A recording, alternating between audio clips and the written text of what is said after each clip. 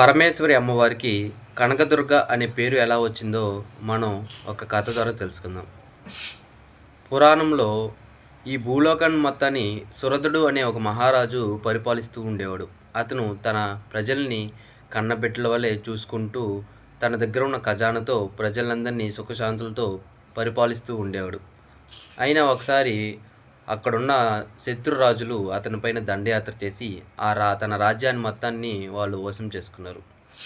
ఆయన రాజ్యం పోయిందనే బాధతో అడవులు పాలయ్యాడు.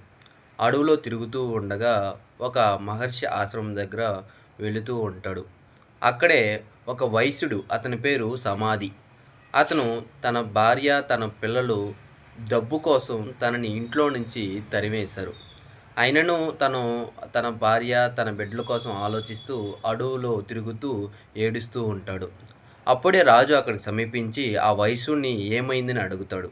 అలా ఇద్దరు తన బాధలు తనకి, తిన బాధలు తనకి అలా చెప్పుకొని ఇద్దరు బాధపడుతూ ఉంటారు. అలా పోతూ ఉంటే అక్కడ ఒక మహర్షి ఉంటాడు. ఆ మహర్షి దగ్గరికి వెళ్తారు. ఆ మహర్షి వాళ్ళిద్దరికీ ఏమి ఉపదేశిస్తారంటే, మీరిద్దరూ పరమేశ్వరి అమ్మవారిని ధ్యానించండి, అమ్మవారికి తపస్సు చేయండి, ఆ అమ్మవారి మిమ్మల్ని కటాక్షిస్తుందని చెప్తారు. అలా వాళ్ళిద్దరూ ఒక నది దగ్గరికి వెళ్ళి ఒక మట్టి దెబ్బలపైన కూర్చొని అమ్మవారి ప్రతిమలు చేసుకొని ఇద్దరు 3 సంవత్సరాల పాటు కఠినమైన దీక్ష అవలంబిస్తారు. ఆ తపస్సు చేసిన తర్వాత ఆ 3 సంవత్సరాల తర్వాత అమ్మవారు వాళ్ళకి ప్రత్యక్షమవుతుంది.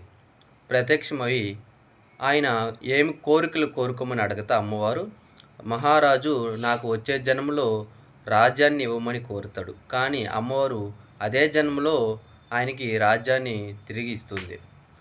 అతనికి, ఆ వైశ్యుడికి జ్ఞానోదయం కలిగించమని ఆయన కోరుకుంటాడు.